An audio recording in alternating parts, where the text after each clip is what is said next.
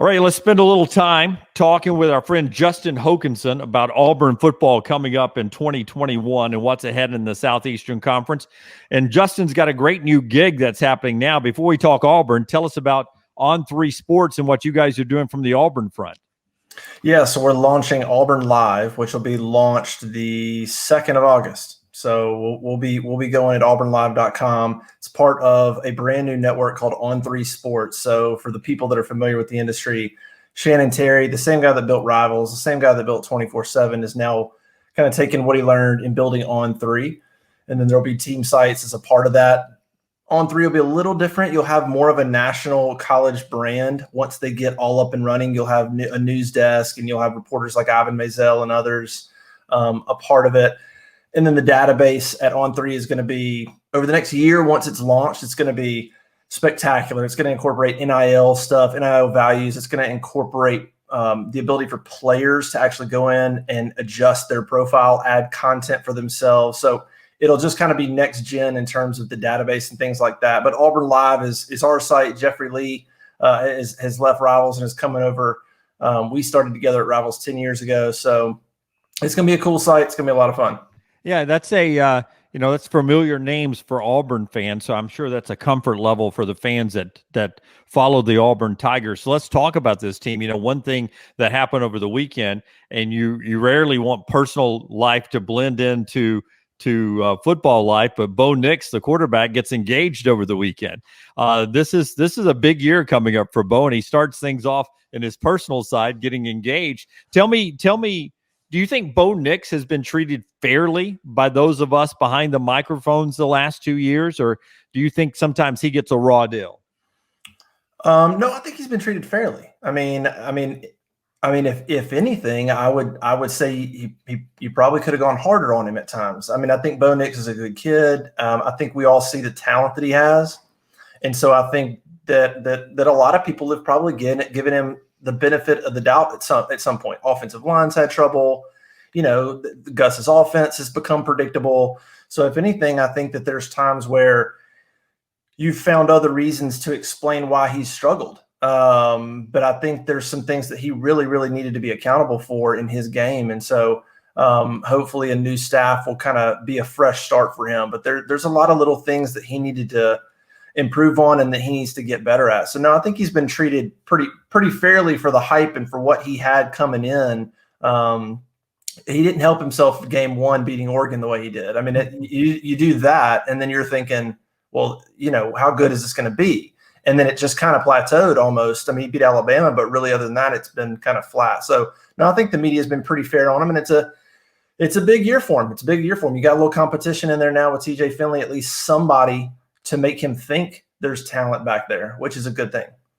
I'm looking forward to everything you guys are going to do at On3 and with Auburn Live there. And I know the ability to assess real talent that's on a roster is one of the algorithms you guys will have. So tell me, when you look at this Auburn roster going into 2021, what do you see that's on that Auburn football team right now that one makes you smile and say, okay, that's pretty good, and then one area that says, boy, they are way behind the eight ball in that department? Give me a good, give me a bad. Well, I would say good. I mean, you probably go linebacker. When you've got Owen Papo and you've got Zacoby McClain, and then you've got Chandler Wooten coming back, and you've got some youngsters and Wesley Steiner and some others. So I think linebacker, you got experience and you've got some good players. You got some guys that have played the position. And then even if you incorporated Derek Hall, who's an edge, kind of a stand-up guy, I think that position, linebacker, and the ability to rush the passer is probably a really good strength. DB's probably right behind them. A lot of competition at defensive back, but there seems to be some ability. When it comes to weakness, I mean, it's kind of a toss-up for me. I think receiver, there's ability, but there's a lot of unproven players there. And I'm very much a show me before I kind of believe it. And then, I think defensive tackle I'd probably go defensive tackle in terms of some players that have been there. Truesdale, Colby Wooden's got talent. Zacchaeus Walker's got talent, budding stars, young.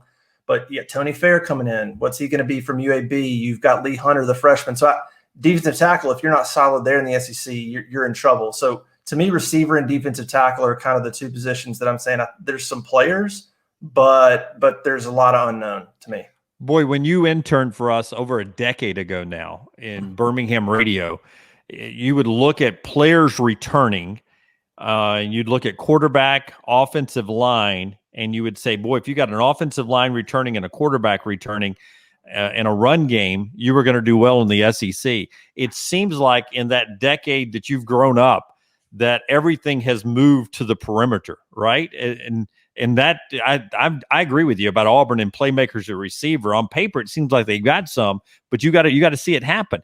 Do you feel like that's where the game has totally moved? We've moved so far away from what Pat Dye did in the 80s that dominated the SEC for all those SEC championships that now it seems to be all on the edges.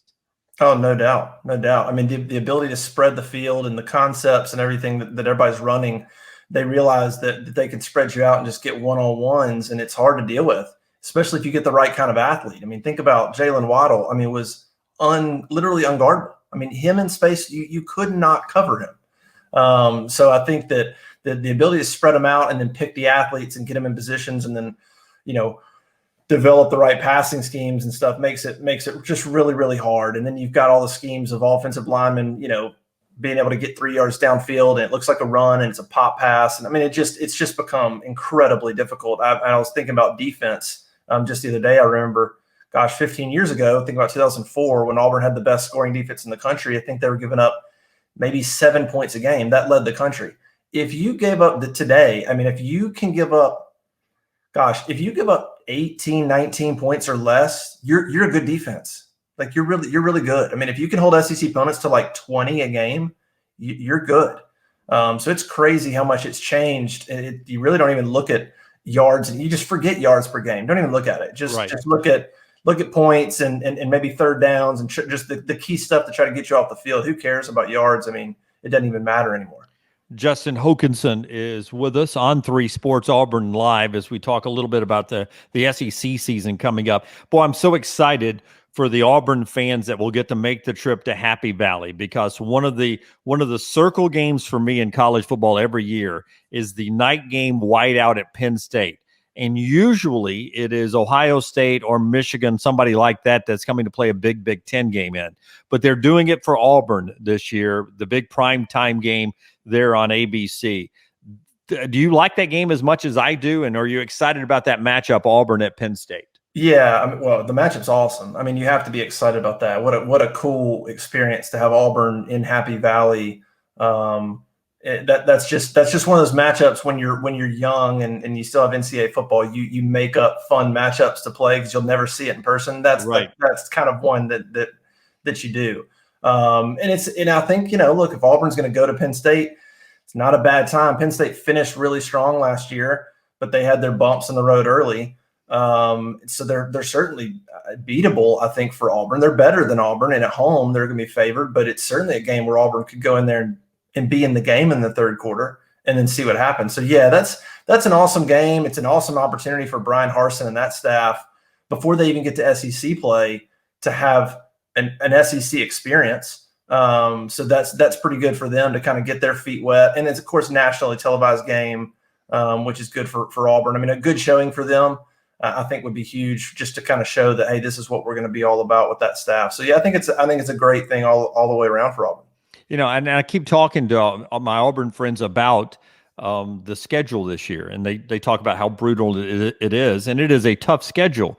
But I think that schedule looks different if you win at Penn State. All of a sudden, if you win at Penn State, there probably is a loss or two still on the schedule. But at that point, you look at the rest of the schedule and say, man, if we can win at Penn State, we can win any of these games down the stretch. I think the season looks totally different if Auburn leaves Happy Valley with a victory. How do you feel about that schedule?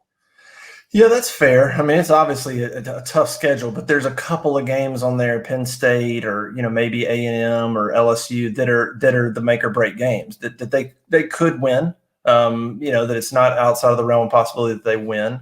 Even Alabama and Georgia at home, they're going to be big underdogs. Even at home, those are going to be tough. But yeah, I mean, you go in that, there's no telling what that kind of confidence can do to a team. I think back to 2013. I know they didn't win the game, But if you think about how Auburn finished that game at LSU, in the second half they played, they didn't win, but it was a game that gave them a bunch of confidence coming off the second half. So if you just look at it from a confidence standpoint, if they could go win or lose by a field goal or something and go, man, we played really, really well, anything that they can come off confidence-wise from that game would be huge. But, yeah, a win, that changes everything. Because, I mean, yeah, you're right. That speeds up the process of a bunch of players believing in Harsin and that staff by a lot. I mean, they win that game, and there's no more talking or convincing. They're on board. Obviously, we have our new venture that starts in August with the next round live. You guys start your new venture now this week with On3 Sports and Auburn Live. This is new for Bryan Harsin, too. Do you think he's excited about his new gig as you and I are? I mean, there's got to be some excitement for him to finally be a head coach at a Power 5 conference at a place like Auburn. You sort of hear it in his voice, don't you? Yeah, I mean, I think he's excited. I think he is I think he's taken full reins of the program, and he is definitely, from what I understand so far, I mean, he is using it as his opportunity to run a big-time program the way he wants to do it. There's no doubt about that. That guy has got his hands on everything. And I'm curious how long that'll last. I mean, at some point, you probably have to back off and let people do things, but he is involved in everything, branding, messaging, I mean, across the board. So it is his program. But yeah, you got to think he's pretty excited about the gig, but he comes off as such a business, serious guy that, I do wonder, I wonder about his emotions. I wonder how he's kept those in check by getting this opportunity, and if he's able to just sort of be that process guy, or if he's, if he's going to get caught up in the moment at sometimes, he's going to get caught up in the moment some games, or is he, that much of a process guy that he's able to keep it dialed in. But he's an interesting coach. I mean, he's an interesting guy. You hear a lot about recruiting so far, and he's all business, almost to the point where you're like, hey, have a little bit of fun. I think these guys are so dialed in to try to create the culture that, they'll probably, I think SEC Media Days, I think you guys were talking about it, how he was a different coach. Yeah. And I think maybe that was good. Maybe this is a good little breather before fall camp where he can kind of reset a little bit and maybe have a new perspective going into the fall. Yeah, in fairness, though, we had him sitting on a chair from Abercrombie & Fitch that was in their lobby in 1994, and it smelled of polo, so it was a very relaxing atmosphere for Bryan Harsin with us on set. I'm interested to get your thoughts on, because you've been around the SEC now for well over a decade, on your thoughts on Texas and Oklahoma coming into the league, and depending on who you believe, maybe they're not done yet. Maybe the SEC adds two more. North Carolina and a Duke, a Clemson, a Florida State, or something like that. But Texas and Oklahoma are coming, and sooner rather than later. How do you feel about them coming into the league, and how do you think that impacts Auburn football down the road? Well, yeah, that's a big question that we don't know, is how's it going to impact programs like Auburn? I think Alabama's in a fine spot. You think about Auburn and A&M or Ole Miss or some of those, Tennessee. Kind of where those programs are right now. I think, first of all, Texas and Oklahoma coming into the league is a good thing. I mean, we know where college football is going. So if it's going to become these big, power conferences, and it's going to become, a few big conferences, and you're trying to Texas and Oklahoma, I'll take them. I'll take their program and their fans and their money and their exposure, and that's good for the SEC. So if it's good for the SEC, then it's good for you as a program if you're in it. As far as Auburn, I mean, I think you just got to roll with it. If it's good with the SEC and you as a conference are now positioned the way you are, then you have to be happy if you're Auburn, and you have to just deal with it. I mean, the good thing is those schools are far enough away from a recruiting standpoint. You've got plenty to deal with between Georgia, Alabama, and Clemson. I mean, so recruiting wise, it doesn't really matter. So maybe you play them here and there. So I don't know how much it affects Auburn's ability to recruit and win necessarily. I think it depends on how everything's split up in divisions and pods, or whatever they do. Heck, it might help Auburn to be able to go to Texas and get a player. Who knows? So to me, it's almost more of a question of how does it affect Oklahoma, or Texas, that just really just win two games and you win your conference. That's a different deal now. So to me, I think it affects them a lot more than potentially even some of the teams in the SEC. unless you're somebody like Tennessee. Tennessee could be hey, they're trying to rebuild and get to back, and then now you bring in those two. So a program like Tennessee is kind of in the mix trying to get back. To me, they're a program that's affected in a negative way right now. But I mean, as far as Auburn goes, I think they've got plenty to deal with. I don't know that it affects them a whole lot. Justin Hokanson on 3 Sports and Auburn Live. Before you go, one more question. If I take the Eagle Flight and Tiger Walk out of the mix, favorite thing about a home game at Jordan-Hare Stadium, it can be very personal or it can be very obvious, but I'm taking away the two most obvious, the Eagle Flight and the Tiger Walk. What's your favorite thing about a home day at Jordan-Hare Stadium? Wow. For me, I'll tell you, my first game I ever covered was Auburn, Kentucky, Jordan-Hare Stadium. I think it was 1988, either 88 or 89. I'm getting old. And the pre-anthem ceremony, even with the lights and the little banner they unfold, it has not changed since that night. And I remember that being such a good ceremony. And every time I go back, and until just recently, it was the same press box that I was back in the 80s. The press box has changed now. But that pregame ceremony, it was just so, traditional to me. And I love that. And there's so many things about going to certain stadiums in the SEC that it's the same way year after year after year. And I love that. I'm a routine guy. And I always love that pre-anthem and then the national anthem at Auburn games. Tell me one that you like about Auburn football at home. Yeah, I would probably say, I remember going to games and you get there and you watch the teams. You're watching the teams warm up and there's music playing and everybody's finding their seat and stuff. To me, it was when the band entered the stadium. When the band entered the stadium and starts at Auburn, they come in and they march around the whole field on the outside. They march all the way around and then they enter, and then that was always kind of when they come onto the field and start playing for the first time, it was like, oh, we're close to kick off. Like we're close. And they stop in every corner and do the fight song, right? Right. They'll do the fight song, they'll do Glory. And so they do that whole march. That was kind of when they would come in, it kind of took it to another level. Like, all right, here, we're minutes away from kickoff and we're going and the band playing and people are starting to file in. So that's probably a moment that you remember that was always fun. It was when that happens, you kind of go to another level as a fan of college football to knowing that you're close to watching a really good game. I love it. I'm glad we're going to be, well, knock on wood, I don't guess anything's guaranteed, but full stadiums and everybody back in and back to normal this year is the hope, and I'm looking forward to it. And I'm looking forward to what you guys are gonna have at On3 Sports. Give me the website and how I can see everything that you guys are doing. I know it's more than just a website. Yeah, so it's auburnlive.com, and obviously we'll be a digital media platform covering Auburn. So we'll have a podcast that'll be I'll be launching a podcast here soon that'll be covering Auburn athletics. We'll have former players involved in that. Obviously, we'll cover team news, recruiting news, insider information. We'll have all that, message boards, a community, and then a database that's really, really awesome. So on3.com is the main site. And then probably over the next year, this thing will be rolling out, but Auburn Live will be going immediately. So auburnlive.com. We'll have some great deals, obviously, to join. So hopefully everybody comes and is a part of the community, and it's going to be a lot of fun. All right. Well, we look forward to it, Justin, and we look forward to talking again with you down the road on our new platform here at Next Round as well. Justin Hokanson, known him a long time. Enjoy your coverage, and we'll talk to you and ready for kickoff, man. Thank you so much, man. See ya.